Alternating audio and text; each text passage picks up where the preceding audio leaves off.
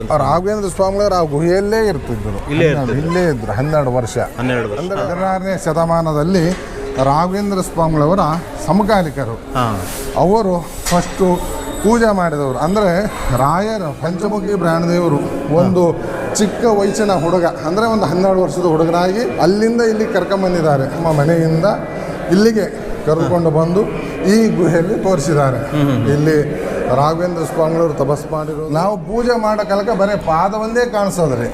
ಸ್ವಾಮಿಗಳು ಇಲ್ಲೇ ತಪಸ್ಸಿ ಅಲ್ಲಿ ಬೃಂದಾವನ ಕಾಣುತ್ತೆ ನೋಡಿ, ಅಲ್ಲೇ ರಾಘವೇಂದ್ರ ಸ್ವಾಮಿಗಳವರು 12 ವರ್ಷ ತಪಸ್ ಮಾಡಿದ್ದಾರೆ. ಆತ್ಮೀಯ ವೀಕ್ಷಕರೇ, ನಾನೀಗ ರಾಯಚೂರಿನ ಗಾನದಾಳ ಗ್ರಾಮದ ಪಂಚಮುಖಿ ಕ್ಷೇತ್ರದಲ್ಲಿದ್ದೇನೆ. ಸೊ ನನ್ನ ಹಿಂದ್ಗಡೆ ಏನು ಕಾಣ್ತಾ ಇದ್ರಲ್ಲ, ಇದು ಪಂಚಮುಖಿ ಆಂಜನೇಯನ ಕ್ಷೇತ್ರ. 16ನೇ ಶತಮಾನದಲ್ಲಿ ಶ್ರೀ ಗುರು ರಾಘವೇಂದ್ರರು ಇಲ್ಲೇ ಧ್ಯಾನಶಕ್ತರಾಗಿ ಕುಳಿತಿರುವಾಗ ಪಂಚಮುಖಿ ಆಂಜನೇಯ ಸ್ವಾಮಿ ಅವರಿಗೆ ದರ್ಶನವನ್ನಿತ್ತು, ಅವರಿಗೆ ಒಂದು ಆಶೀರ್ವಾದವನ್ನು ಮಾಡಿರ್ತಾನೆ. ತದನಂತರ ಇಲ್ಲಿಂದನೇ ಮಂತ್ರಾಲಯಕ್ಕೆ ಹೋಗಿ ಗುರು ರಾಘವೇಂದ್ರರು ಬೃಂದಾವನಸ್ಥರಾದರು ಅಂತ ಹೇಳಲಾಗ್ತದೆ. ಈಗ ನನ್ನ ಜೊತೆ ಈ ಪಂಚಮುಖಿ ಕ್ಷೇತ್ರದ ವಂಶಪಾರಂಪರಿಕವಾಗಿ ಅರ್ಚಕ ಸೇವೆಯನ್ನು ಮಾಡ್ತಾ ಇರುವಂತಹ 6ನೇ ತಲೆಮಾರಿನವರಾದಂತಹ ಶ್ರೀ ಶ್ಯಾಮಾಚಾರ್ಯರಿದ್ದಾರೆ. ಸೊ ಅವರಿಂದ ಈ ಪಂಚಮುಖಿ ಕ್ಷೇತ್ರದ ಒಂದು ಮಹಾತ್ಮೆಯನ್ನು ಕೇಳೋಣ. ಗುರುಗಳೇ ನಮಸ್ಕಾರ. ನಮಸ್ಕಾರ. ಶ್ರೀ ಗುರುಭ್ಯೋ ನಮಃ. ಹರಿ ಓಂ. ಕಲ್ಯಾಣಾದ್ಭುತಗಾತ್ರಾಯ ಕಾಮಿತಾರ್ಥಪ್ರದಾಯನೆ ಶ್ರೀಮದ್ ವೆಂಕಟನಾಥಾಯ ಶ್ರೀನಿವಾಸಾಯ ಮಂಗಳಂ. ಮಣಿಮಾಶಾಸ್ತ್ರ ವಿದ್ವಂಸಂ ಅಣಮಾದಿಷ್ಟಸಿದ್ಧಂ ಗಾಣದಾಳಪುರಾಧೀಶಂ ಪಂಚಮುಖಂ ಅಹಂ ಭಜೆ. ಪೂಜ್ಯಾಯ ರಾಘವೇಂದ್ರಾಯ ಸತ್ಯಧರ್ಮರತಾಯ ಚ ಭಜತಾಂ ಕಲ್ಪವೃಕ್ಷಾಯ ನಮತಾಂ ಕಾಮಧೇನವೇ. ಇದು ಗಾಣದಾಳ ಕ್ಷೇತ್ರ, ಪಂಚಮುಖಿ ಕ್ಷೇತ್ರ ಅಂತ ಕರೀತಾರೆ. ಇಲ್ಲಿ ರಾಘವೇಂದ್ರ ಸ್ವಾಮಿಗಳವರು ತಪಸ್ಸು ಮಾಡಲು ಕಾರಣವೇನೆಂದರೆ ಇದು ಒಂದು ಗುಹೆ. ಆ ಗುಹೆಯಲ್ಲಿ ಏನು ರಾಮ ಲಕ್ಷ್ಮಣ ಕಪಿಸೈನ್ಯ ಅವರು ಬಂದು ಇಲ್ಲಿ ಆ ಗುಹೆಯಲ್ಲಿ ವಿಶ್ರಾಂತಿ ಪಡೆದಿರುವ ಸ್ಥಳ ಇದೇ ಗುಹೆಯಲ್ಲಿ ಒಳಗಡೆ ಈಗ ಹೋಗ್ತಾ ಇದ್ದೇವೆ ನಾವು. ಹಾಗಾಗಿ ರಾಘವೇಂದ್ರ ಸ್ವಾಮಿಗಳವರು ಇಲ್ಲಿ 12 ವರ್ಷ ತಪಸ್ ಮಾಡಿದ್ದಾರೆ. ಎಲ್ಲಿ ಇರ್ತಿದ್ರು ಅವರು? ರಾಘವೇಂದ್ರ ಸ್ವಾಮಿಗಳವರು ಆ ಗುಹೆಯಲ್ಲೇ ಇರ್ತಿದ್ದರು, ಇಲ್ಲೇ ಇದ್ರು 12 ವರ್ಷ.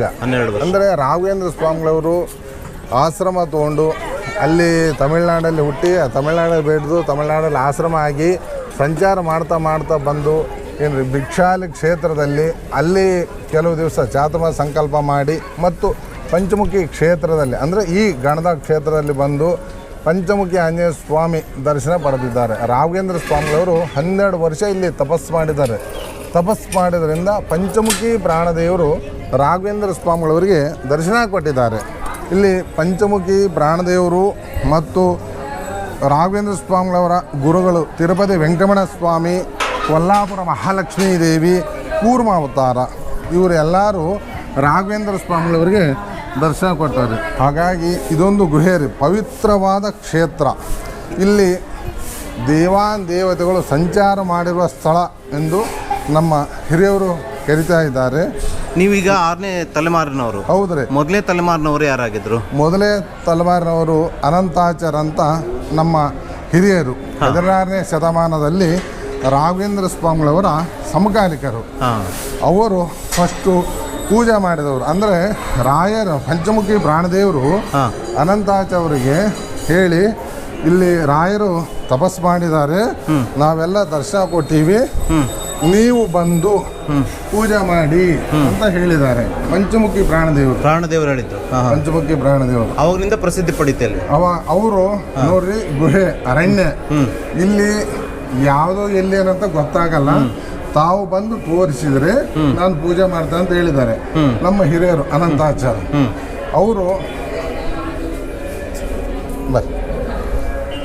ಅವರು ಅನಂತಾಚಾರ್ಯ ಮರುದಿವಸ ಪಂಚಮುಖಿ ಪ್ರಾಣದೇವರು ಒಂದು ಚಿಕ್ಕ ವಯಸ್ಸಿನ ಹುಡುಗ, ಅಂದರೆ ಒಂದು 12 ವರ್ಷದ ಹುಡುಗನಾಗಿ ಅಲ್ಲಿಂದ ಇಲ್ಲಿ ಕರ್ಕೊಂಬಂದಿದ್ದಾರೆ.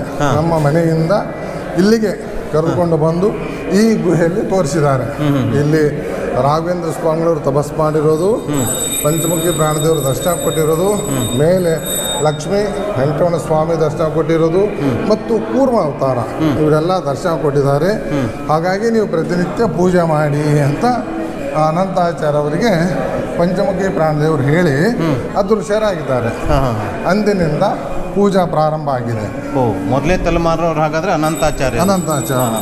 ಅವು ಇಲ್ಲಿ ವಿಶೇಷ ದಿವಸಗಳಲ್ಲಿ ಏನ್ರಿ ರಾಮನವಮಿ ಜಾತ್ರೆ ಆಗುತ್ತೆ, ಆಮೇಲೆ ದಸರಾ, ದೀಪಾವಳಿ ಮತ್ತು ಮಾರ್ಗಶಿರ ಮಾಸದಲ್ಲಿ ಲಕ್ಷ ತುಳಸಿ ಅರ್ಚನೆ, ಪ್ರತಿ ಹುಣ್ಣಿ ಹೋಮ, ಪ್ರತಿ ಅಮಾವಾಸ್ಯೆ ದಿವಸ ರಥೋತ್ಸವ, ಪೂಜಾ ಬೆಳಗ್ಗೆ ಪೂಜೆ ಮತ್ತು ಆಮೇಲೆ ಸಂಜೆ ರಥೋತ್ಸವ ಇರುತ್ತದೆ. ಈಗ ನಾವು ಅನಂತಾಚಾರ್ಯ ವಂಶಸ್ಥರೇ 6ನೇ ತಲೆಯವರು, ಅಲ್ಲಿಂದ ವಂಶ ಪರಂಪರೆ ಪೂಜೆ ಮಾಡಿಸ್ಕೊಂಡು ಬಂದಿದ್ದಾರೆ. ಪ್ರತಿನಿತ್ಯ ಪೂಜೆ ನಡೀತಾ ಇದೆ. ನಾವು ಪೂಜೆ ಮಾಡೋ ಕಾಲಕ್ಕೆ ಬರೀ ಪಾದ ಒಂದೇ ಕಾಣಿಸೋದ್ರಿ, ಕೆಳಗಡೆ ಪಾದ ಲೈನಿಂಗ್ ಕಾಣುತ್ತೆ ನೋಡಿ, ಪಾದ ಈ ಕಡೆ ಮೊಣಕಾಲು, ಈ ಸೈಡ್ ಬಾಲ, ಮೇಲ್ಗಡೆ ಕೈ, ಮೇಲೆ 5 ಕಡೆ ಗಂಧ, ಅಕ್ಷಂತಿ, ನಾಮ, ತುಳಸಿ, ಹೂ ಹಾಕಿರೋದು 5 ಮುಖಗಳು ರೀ, ಪಂಚಮುಖಗಳು. ಮಧ್ಯದಲ್ಲಿ ಆಂಜನೇಯ ಸ್ವಾಮಿ, ನಾರಸಿಂಹ, ಗರುಡ, ಹಯಗ್ರೀವ, ವರಹ 5 ಅವತಾರ. ಅಂದ್ರೆ ಸ್ವಯಂ ರೀ ಉದ್ಭವ ಆಗಿರೋ ದೇವರು ರಾಘವೇಂದ್ರ ಸ್ವಾಮಿಗಳವರಿಗೆ ದರ್ಶನ ಕೊಟ್ಟಿರೋದು. ರಾಘವೇಂದ್ರ ಸ್ವಾಮಿಗಳು ಇಲ್ಲೇ ತಪಸ್ಸಿ ಅಲ್ಲೇ ರೀ, ಅಲ್ಲಿ ಬೃಂದಾವನ ಕಾಣುತ್ತೆ ನೋಡಿ, ಅಲ್ಲೇ ರಾಘವೇಂದ್ರ ಸ್ವಾಮಿಗಳವರು 12 ವರ್ಷ ತಪಸ್ ಮಾಡಿದ್ದಾರೆ. ಪಂಚಮುಖಿ ಪ್ರಾಣದೇವರು ಅವರಿಗೆ ದರ್ಶನ ಕೊಟ್ಟಿದ್ದಾರೆ. ರಾಘವೇಂದ್ರ ಸ್ವಾಮಿಗಳು ನೋಡಿ ಬೃಂದಾವನ ಕಾಣ್ತಾ ಇದೆಯಲ್ಲ, ಅಲ್ಲೇ ತಪಸ್ ಮಾಡಿರುವ ಸ್ಥಳ. 12 ವರ್ಷ 16ನೇ ಶತಮಾನದಲ್ಲಿ ಅವ್ರು ತಪಸ್ ಮೆಚ್ಚಿ ಪಂಚಮುಖಿ ಪ್ರಾಣದೇವರು ಇಲ್ಲಿ ಈ ಬಂಡೆಯಲ್ಲೇ ದರ್ಶನ ಕೊಟ್ಟಿದ್ದಾರೆ, ಕಲ್ಲಿನಲ್ಲಿ ಏನ್ರಿ. ಆಮೇಲೆ ಮೇಲೆ ತಿರುಪತಿ ವೆಂಕಟರಮಣ ಸ್ವಾಮಿ, ಕೊಲ್ಲಾಪುರ ಮಹಾಲಕ್ಷ್ಮಿ ದರ್ಶನ ಕೊಟ್ಟಿದ್ದಾರೆ. ಅಂದ್ರೆ ರಾಘವೇಂದ್ರ ಸ್ವಾಮಿಗಳವರು ಕುಲದೇವರು. ತಿರುಪತಿ ವೆಂಕಟರಮಣ ಸ್ವಾಮಿ, ಕೊಲ್ಲಾಪುರ ಮಹಾಲಕ್ಷ್ಮೀ ದೇವಿ, ಇವರೆಲ್ಲರೂ ಅವರಿಗೆ ದರ್ಶನ ಕೊಟ್ಟಿದ್ದಾರೆ. ಇಲ್ಲಿ ಕೂರ್ಮ ಅವತಾರ ಈ ಕಡೆ ಇದ್ರಿ ಬಂಡೆಗಿದೆ, ಕೂರ್ಮ ಅವತಾರ ಅವರು ರಾಘವೇಂದ್ರ ಸ್ವಾಮಿಗಳವರಿಗೆ ದರ್ಶನ ಕೊಟ್ಟಿದ್ದಾರೆ. ಆಮೇಲೆ ನಮ್ಮ ಹಿರಿಯವರು ಅನಂತಾಚಾರ್ಯ ಎಂಬುವರು ಈಶ್ವರ, ನಾಗಪ್ಪ, ಗಣಪತಿನ ಪ್ರತಿಷ್ಠಾಪನೆ ಮಾಡಿದ್ದಾರೆ. ನಮ್ಮ ಹಿರಿಯವರು ಅನಂತಾಚಾರ್ಯ ಅವರು ಸದ್ಯ ಅನಂತಾಚಾರ್ಯ ಆಗಿನ ಕಾಲದಲ್ಲೇ ಏನ್ರಿ ಅವಾಗೆ ಅವರು ಪ್ರತಿಷ್ಠಾಪನೆ ಮಾಡಿದ್ದಾರೆ. ಅಂದಿನಿಂದ ಇಂದಿನವರೆಗೂ ಪ್ರತಿನಿತ್ಯ ಪೂಜಾದಿ ಕಾರ್ಯಕ್ರಮ ನಡೀತಾ ಇದ್ದಾರೆ. ಇಲ್ಲೆಲ್ಲ ಬಂಡೆಗಳು ಇದೆಲ್ಲ ಗುಹೆನೆ ನೋಡ್ರಿ, ಮೇಲೆ ಬಂಡೆ ರೀ, ಅಲ್ಲಿಂದ ಹಿಡಿದು ಇಲ್ಲಿವರೆಗೆ ಬಂಡೆನೆ ಏನ್ರಿ. ಇದು ಮೇಲೆ ಬಂಡೆ, ಇದು ಲಕ್ಷ್ಮಿ, ಈ ಬಂಡೆ ಕೂರ್ಮ ಅವತಾರ, ಆ ಬಂಡೆಗೆ ವೆಂಕಟರಮಣ ಸ್ವಾಮಿ, ಇಲ್ಲಿ ಪಂಚಮುಖಿ ಪ್ರಾಣದೇವರು. ಅಲ್ಲಿ ಗದ ಇಟ್ಟಿರೋದು ನೋಡ್ಬೋದು ನಾವು, ಹನುಮ. ಅದು ವೆಂಕಟರಮಣ ಸ್ವಾಮಿ ರೀ. ಗದ ಇರೋದು ಬಂದ ಭಕ್ತರು ಕೊಟ್ಟಿರೋದು ಮೇಲೆ ಇಟ್ಟಿದ್ದೇವ್ರಿ, ಬಂದು ಭಕ್ತರು ಕಾಣಿಸಲ್ಲ ಅಂತ. ಆದ್ರೆ ವೆಂಕಟರಮಣ ಸ್ವಾಮಿ ಇರೋದು ಅಲ್ಲಿ ಮೇಲೆ. ಅಂದ್ರೆ ಹರಿ ವಾಯು ಗುರುಗಳು ಎಲ್ಲಾರು ಇದ್ದಾರೆ. ರಾಯರು ತಪಸ್ ಮಾಡಿದ್ರಿಂದ ಪಂಚಮುಖಿ ಪ್ರಾಣದೇವರು, ತಿರುಪತಿ ವೆಂಕಟರಮಣ ಸ್ವಾಮಿ, ಕೊಲ್ಲಾಪುರ ಮಹಾಲಕ್ಷ್ಮೀ ದೇವಿ ಮತ್ತು ಕೂರ್ಮ ಅವತಾರ ಇವರೆಲ್ಲರೂ ರಾಯರಿಗೆ ದರ್ಶನ ಕೊಟ್ಟಿದ್ದಾರೆ. ನಮ್ಮ ಹಿರಿಯರು ಅನಂತಾಚಾರ್ಯ ಅವರು ಈಶ್ವರ, ನಾಗಪ್ಪ, ಗಣಪತಿನ ಪ್ರತಿಷ್ಠಾಪನೆ ಮಾಡಿದ್ದಾರೆ. ಹಾಗಾಗಿ ಇದೊಂದು ಪವಿತ್ರವಾದ ಕ್ಷೇತ್ರ. ಪವಿತ್ರವಾದ ಕ್ಷೇತ್ರ ಏನು ಅಂದರೆ ಕೂತ ಆಂಜನೇಯ ಸ್ವಾಮಿ ರೀ. ಕೂತ ಆಂಜನೇಯ ಸ್ವಾಮಿ ನೀವು ಸಾಕಷ್ಟು ಕಡೆ ನೋಡಿರ್ಬೋದು, ಬಹಳ ಮಟ್ಟಿಗೆ ಇರಲ್ಲ, ಕೂತಿರೋದು. ಆಮೇಲೆ ಇಲ್ಲಿ ನಮ್ಮ ಹಿರಿಯರು ಪ್ರತಿಷ್ಠಾಪನೆ ಮಾಡಿದ್ದು ನಿಂತ ಗಣಪ, ಏನು ಗಣಪತಿ ನಿಂತಿರೋದು. ಹಾಗಾಗಿ ನಿಂತ ಗಣಪ ಎಲ್ಲಿರಲ್ಲ ರೀ, ಇಡಗುಂಜಿ ಬಿಟ್ರೆ ಇಲ್ಲೇ ಅನ್ಸ್ತದೆ. ಇಲ್ಲಿ ನಿಂತ ಗಣಪ ಅಂದ್ರೆ ಸಾಕಷ್ಟು ಕಡೆ ಎಲ್ಲೋ ಒಂದು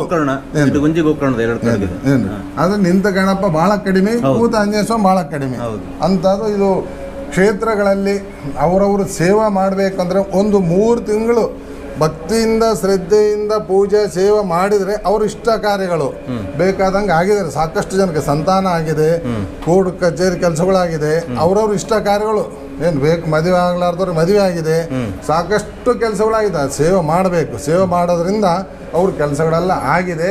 ಪ್ರತಿ ವರ್ಷ ಇಲ್ಲಿ ರಾಮನವಮಿ ದೊಡ್ಡ ಜಾತ್ರೆ ಆಗುತ್ತೆ. ಪ್ರತಿ ವರ್ಷ ರಾಮನವಮಿ ಜಾತ್ರೆ ಆಗುತ್ತೆ. ಮತ್ತು ಮಾರ್ಗಶಿರ ಮಾಸದಲ್ಲಿ ಲಕ್ಷ ತುಳಸಿ ಅರ್ಚನೆ ಆಗುತ್ತೆ. ಒಂದು 7 ದಿವಸ 7 ದಿವಸದಲ್ಲಿ ಲಕ್ಷ ತುಳಸಿ ಅರ್ಚನೆ ಮತ್ತು ಹೋಮ. ಅವತ್ತಿನ ದಿವಸ ವಿಷ್ಣು ಸಹಸ್ರನಾಮ ಹೋಮ ಹುಣ್ಣಿಮೆ ದಿವಸ ಮಾಡ್ತಾರೆ. ಪ್ರತಿ ಹುಣ್ಣಿಮೆನೂ ಇಲ್ಲಿ ಹೋಮ ಮಾಡ್ತಾರೆ. ಪ್ರತಿ ಅಮಾವಾಸ್ಯೆ ದಿವಸ ಸಹಿತ ಭಾಳ ಜನ ಬರ್ತಾರೆ. ಬಂದು ಇಲ್ಲಿ ಬೆಳಿಗ್ಗೆ ಪೂಜಾ ಮತ್ತು ತೀರ್ಥ ಪ್ರಸಾದ ಬಂದು ಭಕ್ತರಿಗೆಲ್ಲ ದೊನ್ನೆಯಲ್ಲಿ ಪ್ರಸಾದ ಕೊಡ್ತೀವಿ. ಮತ್ತು ನಮ್ಮವ್ರಿಗೆಲ್ಲ ಪ್ರಸಾದ ಕಾರ್ಯಕ್ರಮ ಎಲ್ಲರಿಗೂ ಇರುತ್ತೆ. ದರ್ಶನ ಸಮಯ ಯಾವಾಗ? ದರ್ಶನ ಸಮಯ ನೋಡ್ರಿ, ಪ್ರತಿನಿತ್ಯ ಬೆಳಿಗ್ಗೆ 6 ಗಂಟೆಯಿಂದ ಹಿಡಿದು ಸಾಯಂಕಾಲ 7:30ವರೆಗೂ ಇರುತ್ತಾರೆ. ಮಧ್ಯಾಹ್ನ ಬ್ರೇಕ್ ಏನಿರಲ್ಲ. ಬೆಳಿಗ್ಗೆ 6 ಗಂಟೆಯಿಂದ ಹಿಡಿದು ಸಂಜೆ 7:30 ತನಕ ದರ್ಶನದ ವ್ಯವಸ್ಥೆ ಇರುತ್ತೆ. ನಮ್ಮ ತಂದೆಯವರು ಸರ್ ಭೀಮಾಚಾರ್ ಅಂತ ಏನ್ರಿ, ನಮ್ಮ ತಂದೆಯವರು ಭೀಮಾಚಾರ್. ಇದು ಪಂಚಮುಖಿ ಪ್ರಾಣ, ಪಾದ, ಮೊಣಕಾಲು, ಬಾಲ, ಕೈ, ಮೇಲೆ 5 ಮುಖಗಳು. ಅಲಂಕಾರ ಮಾಡದೇ ಅಲಂಕಾರ ಸ್ವಯಂ ಒರಿಜಿನಲ್ ಈಗ ಹೂವೆಲ್ಲ ಹಾಕೊಟ್ಟು ಹೂವು ಹಾಕಿದ್ದಾರೆ ಇಷ್ಟೇ. ಇಲ್ಲಿ ನೋಡಿ ವೆಂಕಟರಮಣ ಸ್ವಾಮಿ, ಲಕ್ಷ್ಮೀ ದೇವಿ.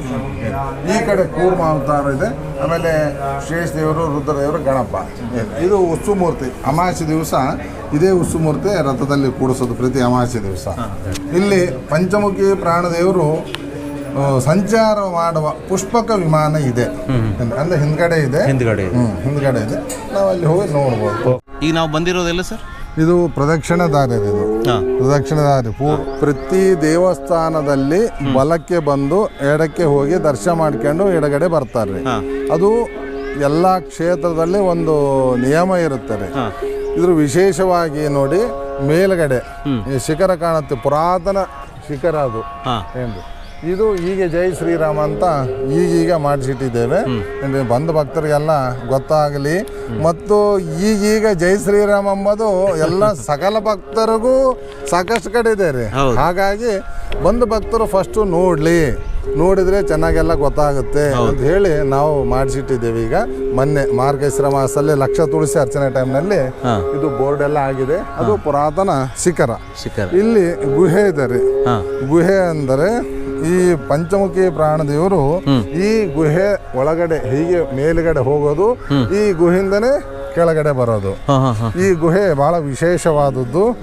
ಈ ಗುಹೆಯಲ್ಲಿ ಕೆಲವು ವರ್ಷಗಳ ಹಿಂದೆ ಕ್ಷೇತ್ರಗಳೆಲ್ಲ ಕಾಣುತ್ತವಂತಾರೆ. ರಾಮೇಶ್ವರ, ಕಂಚಿ, ವಿಶೇಷ ದೊಡ್ಡ ದೇವಸ್ಥಾನಗಳು ಕಾಣುತ್ತವಂತಾರೆ. ಇಲ್ಲಿ ಗುಹೆ ಇದು.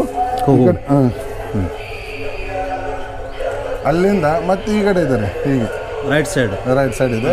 ಅಲ್ಲಿಂದ ಹೋಗೋದು ಕೆಳಗಡೆ ಇಳಿಯೋದು. ಅಂದ್ರೆ ದೇವರಿಗೆ ಮಾತ್ರ ಒಬ್ಬ 4-5 ಜನ ಕೂಡುವಷ್ಟು ಸ್ಥಳ ಇದೆ ಅಲ್ಲಿ. ದೇವರು ಸಂಚಾರ ಮಾಡೋದು ಹೀಗೆ ಇಲ್ಲಿಂದ ಹೀಗೆ. ರಾಘವೇಂದ್ರ ಸ್ವಾಮಿಗಳು ಹೇಗೆ ಹೋಗ್ತಿದ್ರು? ರಾಘವೇಂದ್ರ ಸ್ವಾಮಿಗಳವ್ರು ಅಲ್ಲೇ ಕೂತಿರೋದು 12 ವರ್ಷ ಸತತವಾಗಿ. ಅಲ್ಲೇ ತಪಸ್ ಮಾಡಿರೋದು ಅವರು. ಏನ್ರಿ ಆ ಗುಹೆಯಲ್ಲಿ. ಅವಾಗೇನು ಬಾಗಿಲಿಲ್ಲ, ಗಿಡಕ್ಕಿಲ್ಲ, ಗೋಡೆ ಇಲ್ಲ, ಏನಿಲ್ಲ. ಒಂದು ಗುಹೆ ಅಷ್ಟೇ. ಗುಹೆಯಲ್ಲಿ ಏಕಾಂತವನ್ನಾಗಿ ಬಯಸಿ ಬಂದು 12 ವರ್ಷ ತಪಸ್ ಮಾಡಿದ್ದಾರೆ. ಈ ಗುಹೆಯಿಂದನೇ ಇದು ಪುಷ್ಪಕ ವಿಮಾನ. ಪಂಚಮುಖಿ ಪ್ರಾಣದೇವರು ಈ ಪುಷ್ಪಕ ವಿಮಾನ ಅದರಲ್ಲಿ ಸಂಚಾರ ಮಾಡ್ತಾರೆ. ಸ್ವಲ್ಪ ಈ ಕಡೆ ಮುಂದಗಡೆ ಬಂದರೆ ಕಾಣುತ್ತೆ ಚೆನ್ನಾಗಿ. ಈ ಮನಸ್ಸಂತೂ ಜೋಡಿಸ್ಲಿಕ್ಕೆ ಸಾಧ್ಯ ಇಲ್ಲ, ಹಂಗಿದೆ. ಹೌದ್ರಿ, ನೋಡಿದೆ ಹಾಗೆ. ಹೌದು, ಅದು ಮೇಲಿನ ಜೋಡಿಸ್ಬೇಕಾದ್ರೆ ನೋಡ್ರಿ, ಮೇಲಿನ ತೆಗೆದು ಕೆಳಗಡೆ ಬೀಳ್ತದೆ. ಹಾಗಿದೆ. ಈ ಕಡೆ ಬಂದರೆ ಚೆನ್ನಾಗಿ ಕಾಣುತ್ತೆ. ನೋಡಿ, ಇದು ನೋಡ್ರಿ ಹೆಲಿಕಾಪ್ಟರ್. ಅವರು ಸಂಚಾರ ಮಾಡೋದು ಏನು ಇದ್ರ ಮೇಲೆ. ಅಂದ್ರೆ ಮೇಲೆ ರಕ್ಕಿ ಒಂದೇ ಇಲ್ಲ ಅಷ್ಟೇ, ಆದ್ರೆ ಸೇಪ್ ಆಗಿದೆ. ಇದ್ರ ಮೇಲೆ ಸಂಚಾರ ಮಾಡ್ತಾ ಇದ್ದಾರೆ ಅಂತ ಒಂದು ಪ್ರತೀತಿ ಇದೆ. ಪಂಚಮುಖಿ ಪ್ರಾಣದೇವರು ಇದ್ರ ಮೇಲೆ ಸಂಚಾರ ಮಾಡ್ತಾರೆ. ಅಂದ್ರೆ ಅಲ್ಲಿ ಕೆಳಗಡೆ ಪಾದಗಳ ಬೇರೆ, ಆ ಪಾದ ರಕ್ಷೆಗಳು, ಆ ಪಾದ ರಕ್ಷೆ ಹಾಕೊಂಡು ಇದ್ರ ಮೇಲೆ ಸಂಚಾರ ಮಾಡ್ತಾರೆ ಅಂತ ಒಂದು ಪ್ರತೀತಿ ಇದೆ. ಇದು ದೇವರು ರೆಸ್ಟ್ ತಗೊಳ್ಳಿಕ್ಕೆ. ಕೆಳಗಡೆ ಇರೋದು ಮಂಚ, ಗಾದಿ, ದಿಂಡು, ಮೇಲೆ ಹೊದಿಕೆ, ಬೆಡ್ಶೀಟು. ಅಂದರೆ ಆಗಿನ ಕಾಲದಲ್ಲಿ ಇವೆಲ್ಲ ಭಗವಂತನಿಗೆ ಇವೆ. ಈಗ ಎಲ್ಲರೂ ಬಳಸ್ತಾ ಇದ್ದಾರೆ ಅಂತ ಒಂದು ಪ್ರತಿ ತೋರಿಸ್ಲಿಕ್ಕೆ ಭಗವಂತ ಇಟ್ಟಿದ್ದಾನೆ. ನೋಡ್ರಿ, 92ನೇ ಇಸ್ವಿಯಲ್ಲಿ ಭೂಕಂಪ ಆಯ್ತು ರೀ. ಅಂದರೆ ಒಂದು ಸೆಕೆಂಡ್ 6 ಸೆಕೆಂಡ್ ಈ ಭಾಗದಲ್ಲಿ 6 ಸೆಕೆಂಡ್. ಅದು 92ನೇ ಇಸ್ವಿ. ಆದರೆ ಹೀಗೆ ಬಂದು ಹೀಗೆ ಅಷ್ಟೇ 6 ಸೆಕೆಂಡ್. ನಮ್ಮ ಮನೆಯಲ್ಲಿ ಹಳೆ ಮನೆ, ಆ ಮನೆಯಲ್ಲಿ ಇದ್ದಾಗ ಪಾತ್ರ ಸಾಮಾನು ಅವೆಲ್ಲ ಕೆಳಗೆ ಬಿದ್ದು ಆ ಮಳೆ ಜಾಸ್ತಿ ಇತ್ತು.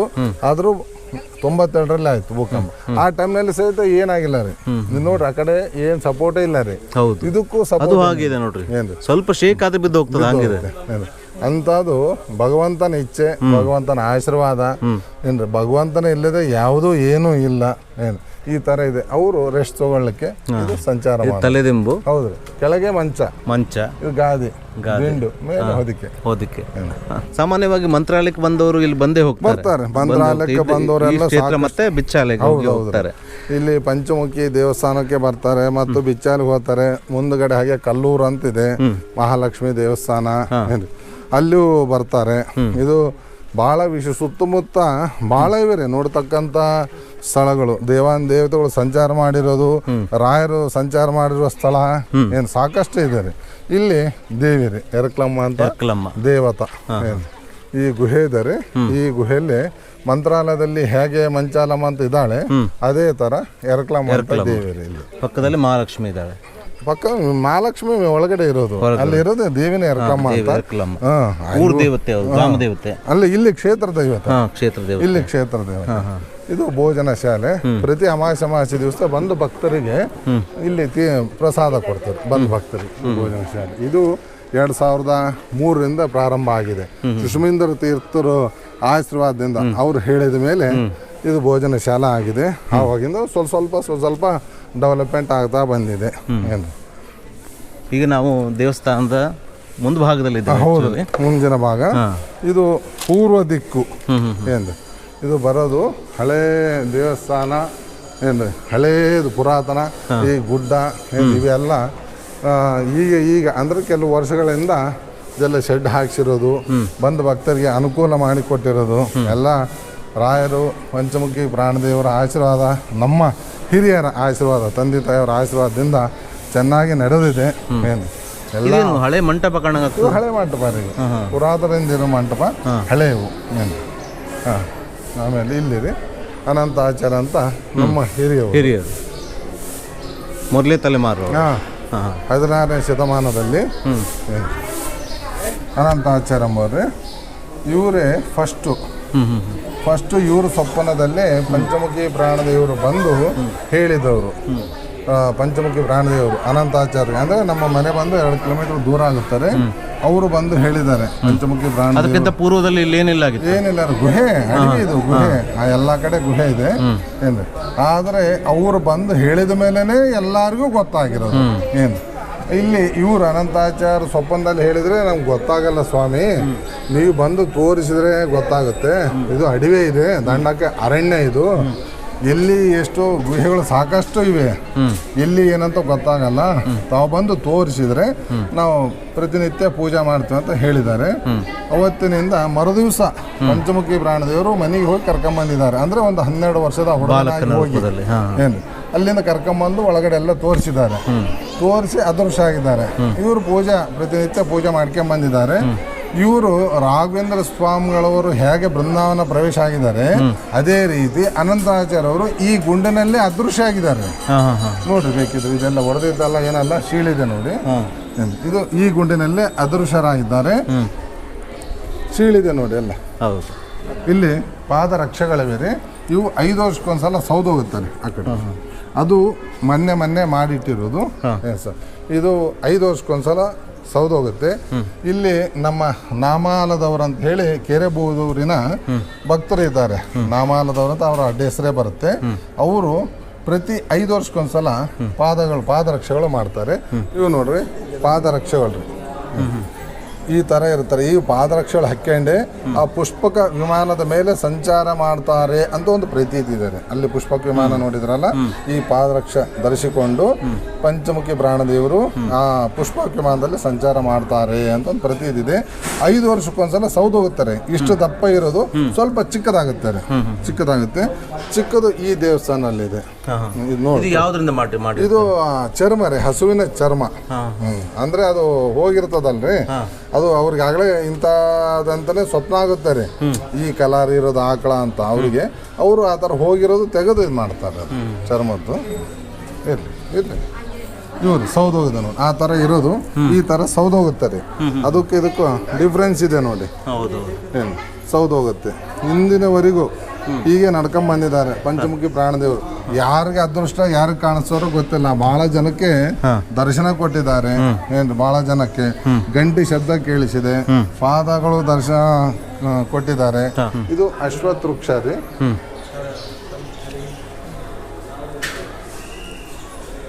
ಎಷ್ಟು ವರ್ಷ ಆಯ್ತು ಸರ್? ಇದು ಅಶ್ವತ್ಥ ವೃಕ್ಷ ತಾನಾಗೆ ಬಂದಿರೋದ್ರಿ. ಇದು ಯಾರು ಹಾಕಿದ್ದಲ್ಲ ಏನಲ್ಲ. ಕನಿಷ್ಠ ಅಂದ್ರೆ ಒಂದು 30-35 ವರ್ಷ ಆಗಿದೆ ರೀ. ಇದು ತಾನಾಗೆ ಬಂದಿರೋದು ಅಶ್ವತ್ಥ ವೃಕ್ಷ. ಇದು ಅಶ್ವತ್ಥ ವೃಕ್ಷ ಮತ್ತು ಬೇವಿನ ವೃಕ್ಷ. ಏನು ಇದಕ್ಕೆಲ್ಲ ನಮ್ಮ ಹಿರಿಯರು ತಂದೆಯವ್ರ ಕಾಲದಲ್ಲೇ ಬಂದಿರೋದು. ಇದೆಲ್ಲ ನಾಗ ಪ್ರತಿಷ್ಠಾಪನೆ ಎಲ್ಲ ಮಾಡಿದ್ದಾರೆ ಇಲ್ಲಿ. ಇದು ಪಲ್ಲಕ್ಕಿ ಕಟ್ಟೆ ಅಂತಾರೆ. ಇದು ಪ್ರತಿ ಪಲ್ಲಕ್ಕಿ ವಿಜಯದಶಮಿ ದಿವಸ ಪಲ್ಲಕ್ಕಿ ಊರಿಂದ ಬರುತ್ತಾರೆ, ಮತ್ತು ಶ್ರಾವಣ ಮಾಸದಲ್ಲಿ ಒಂದು ಬರುತ್ತಾರೆ, ಮತ್ತು ರಾಮನವಮಿ ಜಾತ್ರೆ ಟೈಮ್ನಲ್ಲಿ ವರ್ಷಕ್ಕೆ 3 ಸಲ ಬರುತ್ತೆ. ಪ್ರತಿ ಅಮಾವಾಸ್ಯೆ ದಿವಸ ಇಲ್ಲಿಂದನೇ ದೇವರ ಕರ್ಕೊಂಡು ಹೋಗೋದು ಉತ್ಸವ ಮೂರ್ತಿನ ಅಲ್ಲಿ ಒಳಗಡೆ ನೋಡಿದ್ರೆ ಬೆಳೆದು ಈ ಕಟ್ಟಿಂದನೇ ಒಂದು ರೌಂಡು ಪ್ರದಕ್ಷಿಣೆ ಹಾಕ್ಕೊಂಬಂದು ಉತ್ಸವ ಮೂರ್ತಿ, ಆಮೇಲೆ ರಥ ಅಲ್ಲಿರ್ತಾರೆ, ಆ ರಥದಲ್ಲಿ ಒಂದು ಪ್ರದಕ್ಷಿಣೆ ಹಾಕಿ ಬರ್ತಾರೆ ಪ್ರತಿ ಅಮಾವಾಸ್ಯೆ ದಿವಸ. ಹೀಗಾಗಿ ಭಗವಂತನ ಆಶೀರ್ವಾದ ಸಾಕಷ್ಟು ಜನರಿಗೆ, ಭಕ್ತರಿಗೆ ಸಾಕಷ್ಟು ಜನರಿಗಿದೆ ರೀ. ಅವರು ಭಕ್ತಿಯಿಂದ ಶ್ರದ್ಧೆಯಿಂದ ಪೂಜೆ ಮಾಡಿದ್ರು ಅವ್ರ ಇಷ್ಟ ಕಾರ್ಯಗಳು ನೆರವೇರಿಸಿದ್ದಾರೆ. ಎಲ್ಲ ಅವರ ಆಶೀರ್ವಾದ.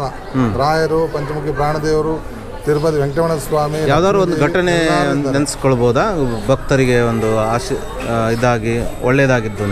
ಇದ್ದಾರೆ, ಸಾಕಷ್ಟು ಜನ ಇದ್ದಾರೆ.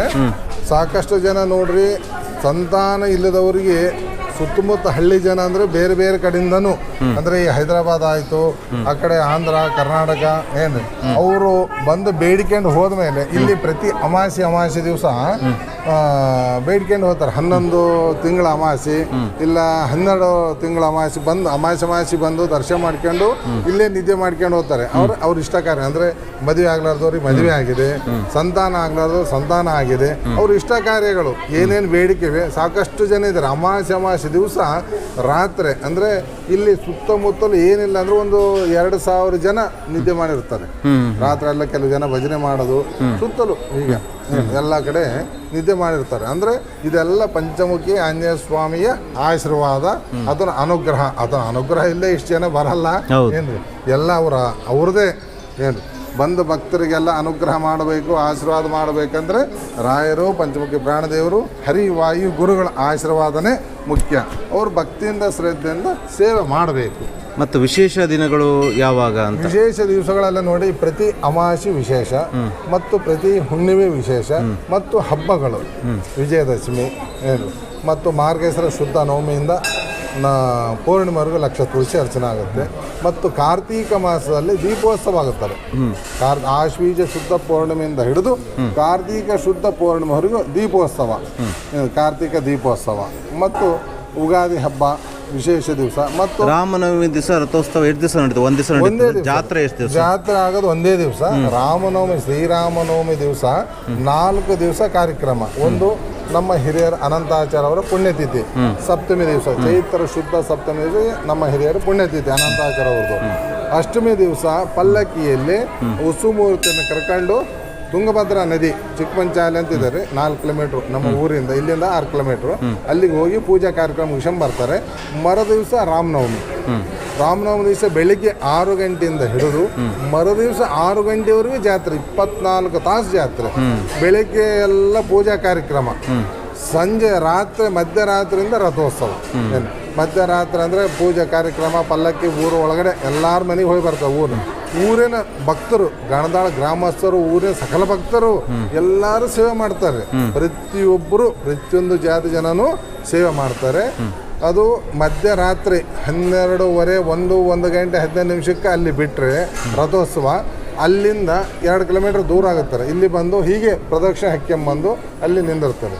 ಮತ್ತು ಪಲ್ಲಕ್ಕಿಯಿಂದ ಒಂದು ಪ್ರದಕ್ಷಿಣೆ ಹಾಕ್ಕೊಂಬಂದು ದೇವ್ರನ್ನ ಇಲ್ಲಿ ಕೂಡಿಸ್ತಾರೆ. ಇಲ್ಲಿ ತೇರು ಎಳೆದವರು ಇಲ್ಲಿ ರಂಗಾಟ ಆಡ್ತಾರೆ, ರಂಗಿನಾಟ. ಇಲ್ಲಿ ರಂಗಾಟ ಆದಮೇಲೆ ಒಳಗಡೆ ದೇವಸ್ಥಾನಕ್ಕೆ ಹೋಗಿ ಮಂಗಳಾರತಿ ಹೀಗೆ ಹೋಗೋದು. ಅಂದರೆ ಪೂರ್ವ ದಿಕ್ಕಿನಿಂದ ಹೋಗೋದು, ದಕ್ಷಿಣ ದಿಕ್ಕಿನಿಂದ ಇಳಿದು ಬರೋದು ಏನು. ಆಮೇಲೆ ಮತ್ತೆ ರಥೋತ್ಸವ 5 ಗಂಟೆಗೆ ಇಲ್ಲಿಂದ ಹೋದರೆ ಮನೆಗೆ 7 ಗಂಟೆಗೆಲ್ಲ ಮನೆ ಸೇರ್ತೀವಿ. 24 ತಾಸು ಜಾತ್ರೆ, ಭಾಳ ದೊಡ್ಡ ಮಹಿಮಾ ಏನು. 2 ಕಿಲೋಮೀಟ್ರ್ ದೂರ ಆದರೆ ಕನಿಷ್ಠ ಅಂದ್ರೆ ಒಂದು 41 ಅಡಿ ಎತ್ತರ ಇರ್ತದೆ ರೀ ರಥ, 2 ಗಾಲಿ. ಅದು ಊರಿನ ಸಂಭ್ರಮ ಏನು. ಸುತ್ತಮುತ್ತ ಭಕ್ತರು ಸಾಕಷ್ಟು ಜನ ಬರ್ತಾರೆ. ನಮ್ಮ ಊರಿನವರು ಗಣದಾಳದ ಭಕ್ತರು ಪ್ರತಿಯೊಂದು ಜಾತಿ ಜನನು ಅವ್ರವ್ರ ಕೆಲಸ ಏನು ಮಾಡಬೇಕಂತ ನಮ್ಮ ಹಿರಿಯರು ಹಂಚಿಕೊಟ್ಟಿದ್ದಾರೆ. ಎಲ್ಲರೂ ಕೆಲಸ ಮಾಡ್ತಾರೆ.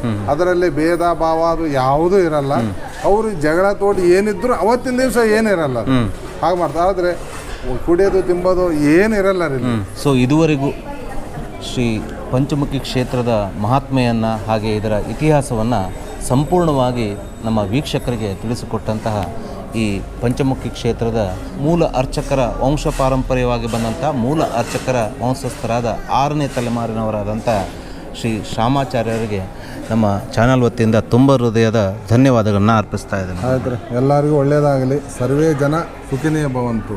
ಭಗವಂತ ರಾಯರು, ಪ್ರಾಣದೇವರು ಮತ್ತು ಹರಿವಾಯುಗುರುಗಳು ಎಲ್ಲರಿಗೂ ಒಳ್ಳೆಯದಾಗಲಿ, ಒಳ್ಳೆಯದು ಮಾಡಲಿ ಅಂತೇಳಿ ನಾನು ಆ ದೇವರಲ್ಲಿ ಪ್ರಾರ್ಥನೆ ಮಾಡಿಕೊಳ್ತೇನೆ. ಜೈ ಶ್ರೀರಾಮ್. ಜೈ ಶ್ರೀರಾಮ್. ಜೈ ಶ್ರೀರಾಮ್. ಜೈ ಜೈ ಶ್ರೀರಾಮ್.